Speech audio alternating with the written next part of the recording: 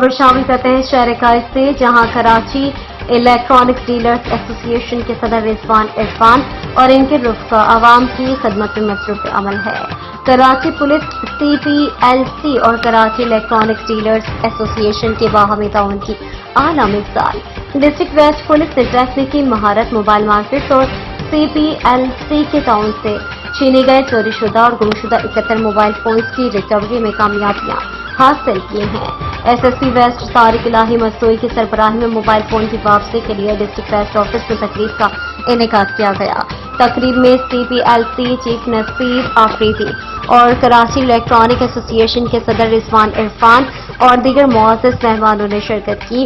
Police نے برآمدہ شدہ 71 mobile phones کو بحفاظت ان کے اصل مالکان کے حوالے کر دیا، جس پر شہریوں نے خوشی کا اظہار کرتے ہوئے پولیس کا شکریہ ادا کیا۔ اس موقع پر S S P west Tariq Elahi مصنوعی نے رائل نیوز ٹی وی کے چیف رپورٹر کراچی جاوید محمود ارائیں سے خصوصی گفتگو کرتے ہوئے کہنا ہے کہ ہماری پوری کوشش ہے کہ ہم عوام کے مسائل کو ترجیحی بنیادوں پر حل کریں اور ہر ممکن مدد فراہم کریں۔ عوام الناس سے اپیل ہے کہ وہ کسی بھی قسم کی واردات کی رپورٹ فوری طور پر متعلقہ تھانے میں درج کروائیں۔ ہم سب مل کر اس مسئلے کا مؤثر انداز میں مقابلہ کر سکتے ہیں۔